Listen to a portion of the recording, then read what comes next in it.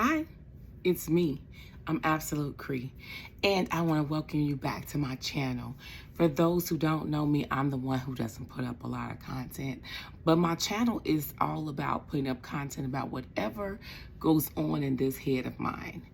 And so that can be from my 40-year-old life as a single mom of a toddler. That can go from my work life, the makeup that's on my face. I gave you guys a little bit of purple and gold. I mean, it's the Q's Founders Day this week. I mean, whatever. And to sports and everything else, because I kind of do a little bit of it all, or enjoy a little bit of it all. Today, I wanted to weigh in on the total drama that's going on with the most amazing situation of my life, right? The Last Dance and the Unguarded situation that is happening in Scottie's head to the world in regards to the relationship of the Chicago Bulls with Michael Jordan. And so I wanted to have a conversation with you guys because I think it's important for people to know a fan's perspective, not a commentator. I'm not a commentator. I don't get paid for this. But I want to tell you guys a perspective of a fan from the 90s, someone who was sitting at the TV every day. Not just a fan. I think you need to know it from a Chicago Bulls fan. I'm a total Chicago Bulls fan. This is my dungeon. This is my basement. So you'll see the whole basement one day, and it's filled with Chicago Bulls stuff. I'm a Chicago girl, not the suburbs, but the city, Inglewood community, in the grind every day, working for the community, grew up in the community. So I'm totally about the energy of Chicago. So I thought they need to know it from the perspective of someone who was sitting there biting my nails, trying to figure out what we're gonna do in regards to winning a first championship all the way through the dynasty. I was there. I played basketball, and the main reason why I played basketball was because of these two fellas right here. Michael Jordan and Scottie Pippen. They were my number one and number two of all time. Nothing could ever take their place.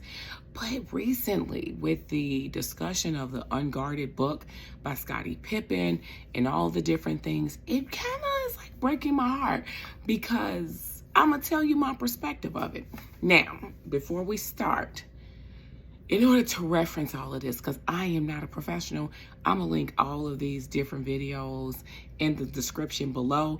You can see anything from Charles Barkley commenting on it, Stephen A. Smith, The First Take, all of these different things, and you're going to see videos that can give you the link to these controversial and, media-inspiring conversations that's been going on. What I want to talk to you guys about is, number one, that Scottie is feeling like that he wasn't respected in the game. Now, I believe Scottie was respected in the game. Totally was respected. I just don't think Scottie was paid well. That's very different. In my job, I'm respected in the game and I'm not paid well. And so I understand these different things that he's going through in his head. The problem I have with everything is that he's taking it out on the wrong person, Michael Jordan. Now, hey, I'm not saying that The Last Dance wasn't a perspective of Michael Jordan's, because it was. But I have some information for you. Michael Jordan's perspective was pretty true. As a kid, I was 14 to probably 20 years old when they went through the span of the dynasty. And honestly, it's the truth. I used to sit on the couch please, no. I was there the year Scottie was leading the team, and it was Scottie's team, which he has a total problem with Mike saying it was his team. But when Mike left, he has a total, acceptance of the Bulls being his team. But I was there. And I believe now, hey, mark my memory wrong, but I remember looking at Scottie getting the ball thrown into him, and he wasn't closing the deal. And I don't think a lot of the times that people were saying that Scottie was not this person, nobody's saying that. This was a beast. Defensively, Scottie was a beast. You guys know this. Offensively, Scottie was a beast. But was Scottie Michael Jordan? Was Scottie the person that was closing the deal every night or putting forth an extreme effort to make the win every night? Would Scottie have said, man, we got to win this no matter what? Or would Scottie be the one on the side saying, you're not paying me enough, I'm about to have a headache on you and I'm going to sit out this game? So what are we really talking about when it comes to Scottie and Michael Jordan? Michael Jordan is this kind of guy that said, by any means necessary, right? We're going to win this. I'm not playing with anybody. I have a goal in mind. But was Scottie really that person who was backing up that view? I don't really know if I agree with the way he's going after Mike. So I'm going to take it and break it down to you like this. Let's first of all talk about on and off the court. Now, I did hear all of the conversation that he had about Mike don't pass the ball and Mike did. And I was one of the people like, Mike, pass the ball. When Mike first started with the Bulls, I used to be like, Mike, pass the ball. But I've seen a change in Mike as a fan, as a Chicagoan. Over he's like, damn, Mike is passing the ball. Mike is like really doing what he needs to do to win. He's a win at all costs. That means if I got to win pass you the ball, if I got to win pass me the ball, we about to win. So that's one thing that I want to kind of say as a person watching those games. Mike did. He had a problem with passing the ball because he was like, I ain't trying to give it up to y'all and y'all ain't going to win. Give the ball to Will Perdue. Let him score the final shot. Give the ball to, I don't know, Bill Cartwright. Let him score the final shot, the winning shot. I just don't I don't understand how someone who is after the winning thing would say I'm okay with that. So I don't know if that's the perspective that I would go with. Number two, let's talk about contracts and money and everything else.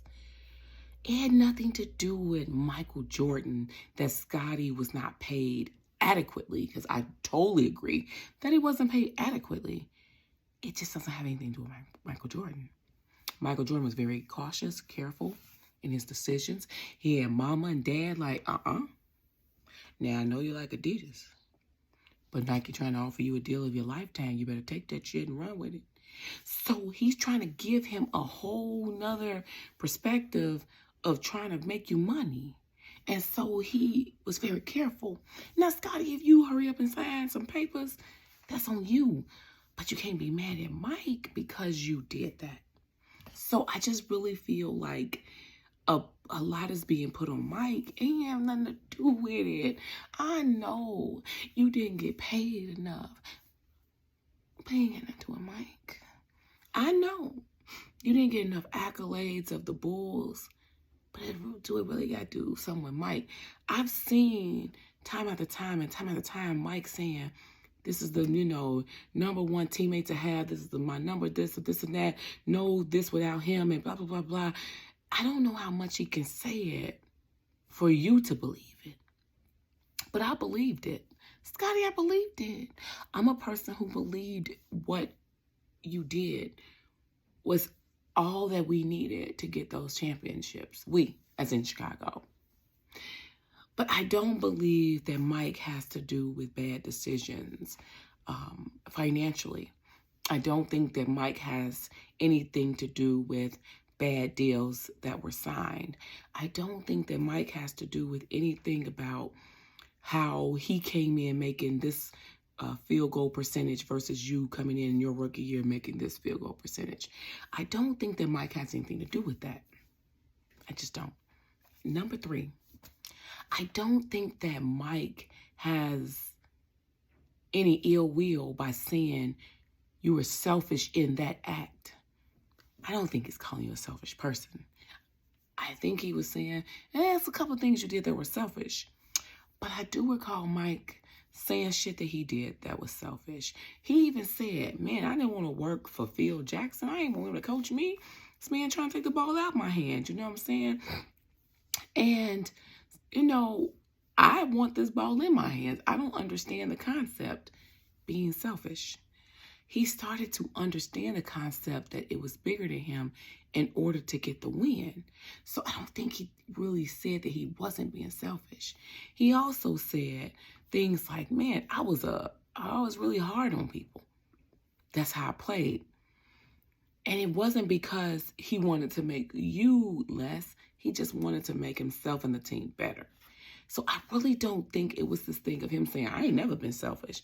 But why in friendship or co-workership or whatever, why can't you tell your co-worker or your friend, I don't know, you were selfish in that act? Why is that a bad thing? Because I was there. Scottie, I was there. And I was like, damn, we talked about you in basketball practice. We talked about you in our everyday saying, man, like he set that game out. It wasn't just Bill Cartwright. We was crying too at home in front of the TV. You know, we was sitting there too. And so I just don't understand why you think it was an unselfish act. I get your stand in your personal quest to get better recognition, but was it a selfish act?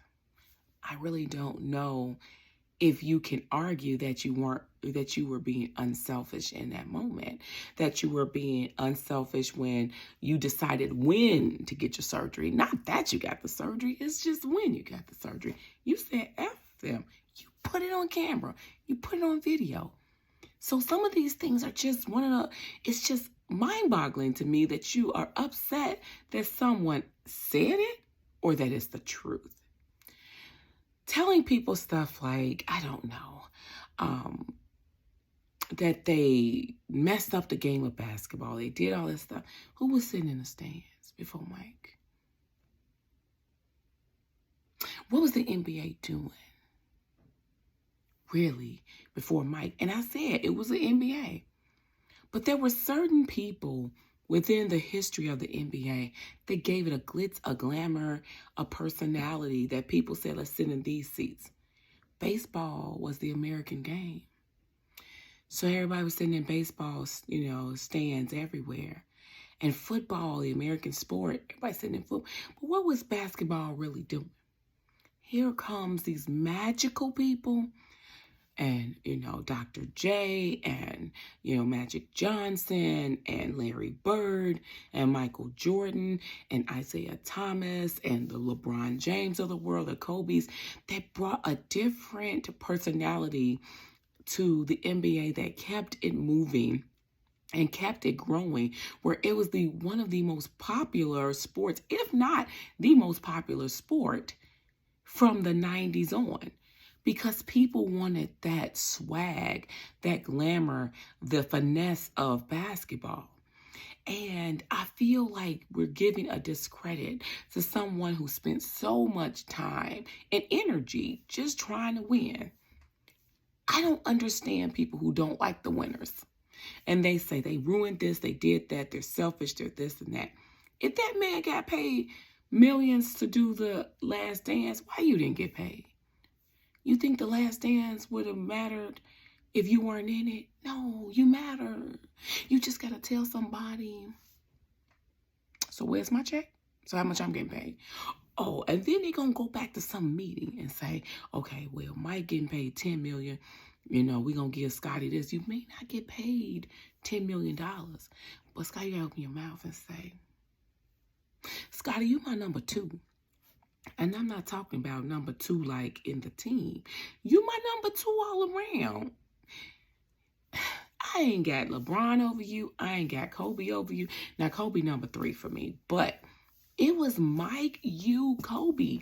Why are you discrediting your whole history and your whole connection just because you feel as though somebody outshined you? And I believe that Mike has a personality that outshines anybody. But not just on the court. I believe that he went into a party, he's outshining someone. I believe if he walked into somewhere, he's outshining someone. It's swag. I mean, I get it. I was going to marry Michael Jordan, and then you were going to be my big brother that was going to hook up with some amazing person. I don't know, and then you guys were going to get married, and we were going to be besties, and you guys are going to be the best co-workers. I really feel like this was aimed at selling books. I don't feel like it's aimed at Michael Jordan. I feel like it's aimed at his own shortcomings and feelings and trauma from not being noteworthy financially in regards to the work that he did for the Chicago Bulls. And I really hope that, you kind of look at the front office versus Michael Jordan. I really pray that everything works out well for you. I was a little bit disturbed by you giving thanks to Michael, the person who helped you write your book, versus Michael Jordan, the person you used in order to sell the book. I'm really happy that it's a bestseller. I hope it's millions, but I hope it did not cost you the history as a hero in Chicago. I love both of you guys. I have been a Chicago Bulls fan forever, but I really hope this is an opportunity so that we can grow from this, and we'll one day see you guys at least on the bench smiling at each other again.